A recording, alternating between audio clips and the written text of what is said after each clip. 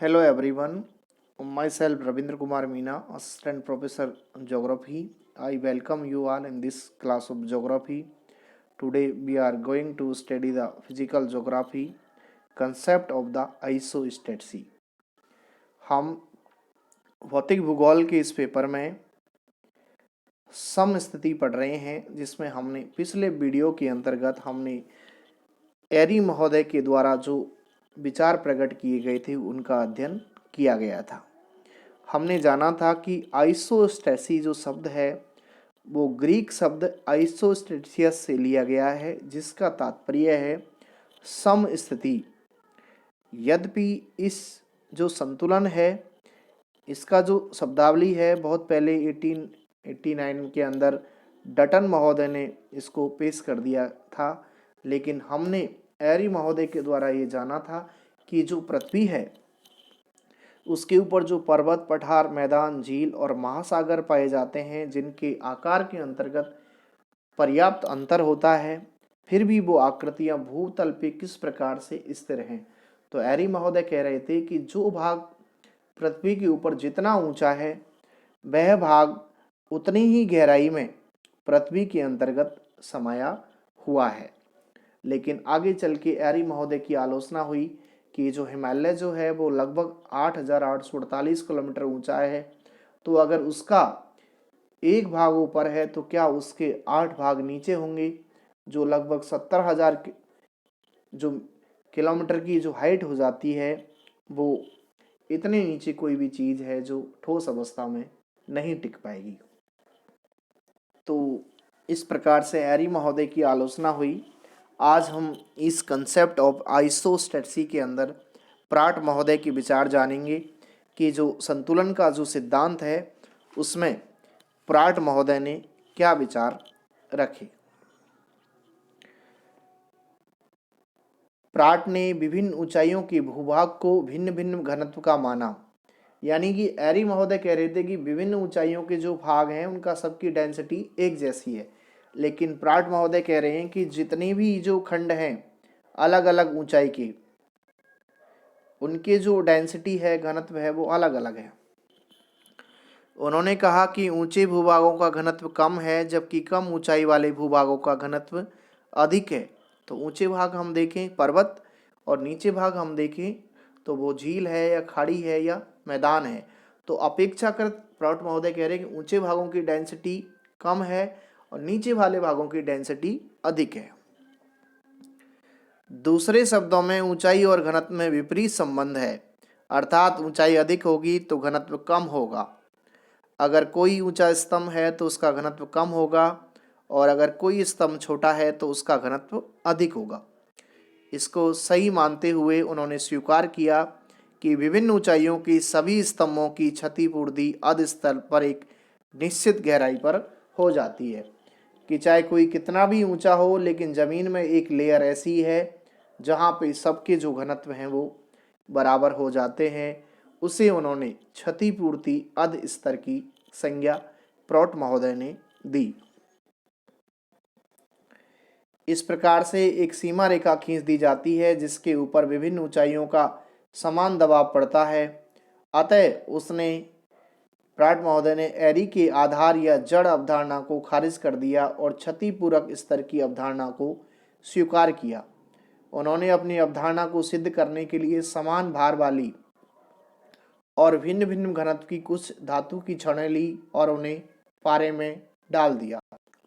इन्होंने अलग अलग धातु के अलग अलग घनत्व की छड़ों को एक पारे से भरे उसमें जब पटका तो सब क्षतिपूर्ति स्थल के ऊपर स्थिर हो गई।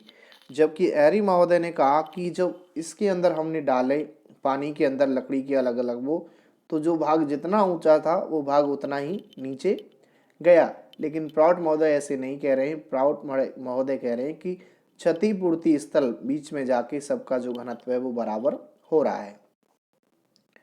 यहाँ पे देखिए भू संतुलन का जो प्राट महोदय का विचार है उसमें क्षतिपूर्ति स्तर जो है कि एंटीमनी, जस्ता, लोहा और सीसा ये भले ही ऊंचे नीचे हों, पर यहाँ जाके ये सब के सब बराबर हो गए हैं पारे से भरे इस पात्र के अंदर। तो उन्होंने कहा कि इस क्षतिपूर्ति रेखा के सहारे ये सब क्या है, बराबर है। ये देखिए आंतरिक मैदान, ये पठार, ये तटीय मैदान और ये अपतट, और यहाँ पे ये सब क्या है, समान है। जबकि आर्य महोदय उल्टा बता रहे थे इनसे कि जो भाग ऊंचा है वो उतना ही नीचा है। अब हम समग्र रूप से देखें एरी और प्राट के विचार, तो एरी महोदय कहते हैं कि भूपर्पट्टी के पदार्थों में एक समान घनत्व है, जबकि प्राट महोदय कहते हैं कि पदार्थों के घनत्व में भिन्नता है, अर्थात जो भाग ऊंचे हैं उनका घनत्व कम है, जो भाग नीचे हैं उनका घनत्व ज़्यादा है। जबकि एरी महोदय कह रहे थे कि चाहे भाग ऊंचा हो नीचा हो, सबकी डेंसिटी बराबर है।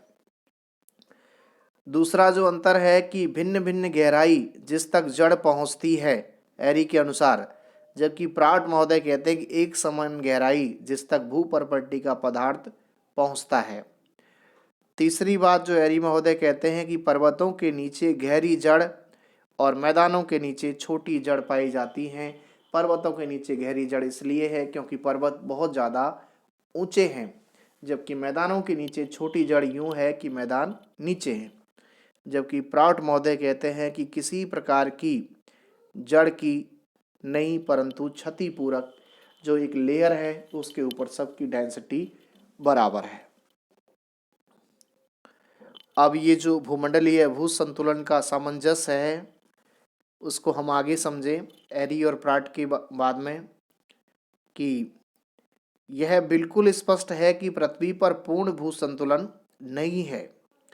पृथ्वी अस्थिर है। आंतरिक शक्तियां अक्सर भूपर्पट्टी के संतुलन को भंग कर देती हैं और एक निश्चित पेटी में नियमित भूकंप और ज्वालामुखी उद्भेदन असंतुलन को दर्शाते हैं। कि अगर हम देखें कि विश्व की जहाँ पे प्लेट टेक्टोनिक की थ्योरी हम पढ़ रहे थे कि जहाँ पे प्लेटों के किनारे हैं वहाँ पे लगातार भूकंप और ज्वालामुखी आते रहते हैं। उसके पीछे रीज़न है पृथ्वी की आंतरिक शक्तियाँ इस टेक्टोनिक मूवमेंट है उसके लिए उत्तरदायी है। इस आंतरिक हलचल, ये जो पृथ्वी के ऊपर जो हलचल हो रही है उसके लिए वो उत्तरदायी है। इसलिए लगातार एक प्रकार के सामंजस्य की आवश्यकता बनी रहती है। आंतरिक शक्तियों और उनके विवर्तनिक प्रभाव धरातल पर असंतुलन के कारण हैं, परंतु प्रकृति हमेशा समस्थिति सामंजस्य स्थापित करने का प्रयत्न है वो लगातार करती रहती है। कि भले ही पृथ्वी की आंतरिक शक्तियाँ यहाँ का जो ऊपरी धरातल है उसे बदलने की कोशिश करती हो, पर प्रकृति भी वापस से आइसोस्टैटी समस्थितिक सामंजस्य स्थापित करने की लगातार कोशिश है वो प्रकृति के द्वारा जारी रहती है।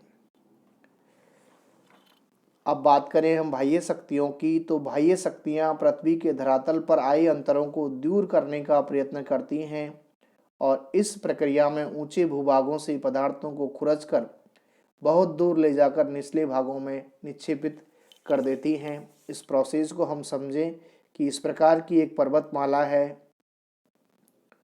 उसके ऊपर जो अपक्षय होता है तो उससे चट्टानें टूटती हैं और जल और वायु के द्वारा ये आगे बढ़ती हुई जो निचले भाग हैं वहाँ पे निक्षेपित हो जाती हैं। सबसे पहले अपक्षय होता है और फिर अपर्दन होता है और उसके बाद ये निचले भागों में निक्षेपण हो जाता है। यह जो प्रोसेस है ये बाह्य शक्तियों के द्वारा संचालित है, जिसमें कहीं का भूभाग कहीं दूर निचले भागों में जाके निक्षेपित हो जाता है।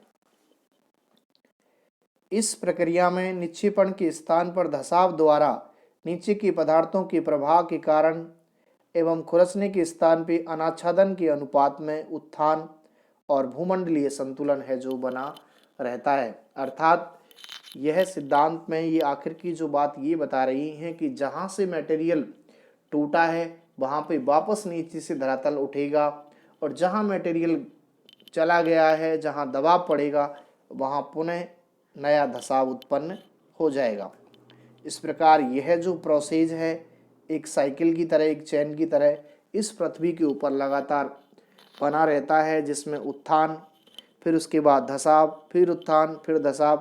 तो इस प्रकार का प्रोसेस से भूमंडलीय संतुलन है उसका प्रोसेस लगातार जारी रहता है और यही क्या है आइसोस्टेसी है, संतुलन की अवस्था है, संतुलन का सिद्धांत है, जिसे प्रॉट और एरी महोदय ने अपने हिसाब से समझाया है।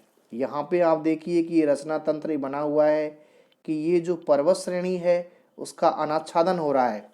डेनोडेशन प्रोसेस है जिसके अंतर्गत अपक्षय, अपरदन और निक्षेपण होता है। पदार्थ टूटता है, फिर उसका परिवहन होता है और यहाँ पे पदार्थ तीसरी जगह जाके 1, 2 और ये तीसरा हिस्सा, यहाँ पदार्थ निक्षेपण होगा। निक्षेपण से यहाँ दबाव बढ़ेगा और दबाव से क्या होगा, आंतरिक भागों का पदार्थ है उसके अंदर प्रवाह होगा अधस्थल में, और यह प्रवाह वापस उत्थान में तब्दील हो जाएगा। तो इस प्रकार से फिर उत्थान, फिर अनाच्छादन, फिर परिवहन, फिर निक्षेपण, और निक्षेपण से यहाँ अवतलन होगा धसाव। धसाव के बाद फिर से प्रभाव आंतरिक भागों में, फिर से उत्थान, फिर परिवहन, फिर निक्षेपण, फिर से धसाव, अवतलन। तो यह क्या एक रचना तंत्र है, आइसोस्टेसी है, जो पृथ्वी के ऊपर बनी रहती है, जिसमें लगातार उत्थान, उत्थान के बाद अपक्षय, अपरदन, निक्षेपण और उसकी वजह से अवतलन, जिसे धसाव भी कहते हैं। फिर से वही चक्र, आंतरिक भागों में प्रवाह और फिर से उत्थान। तो ये एक पूरा प्रोसेस है जो है आइसोस्टेसी, अर्थात सम स्थिति, जो पृथ्वी पर आंतरिक और बाह्य बलों के कारण बनी रहती है। और यही सिद्धांत एरी और प्रॉट महोदय ने दिया है, जिसे हम कंसेप्ट ऑफ आइसोस्टेसी कहते हैं। Thank you.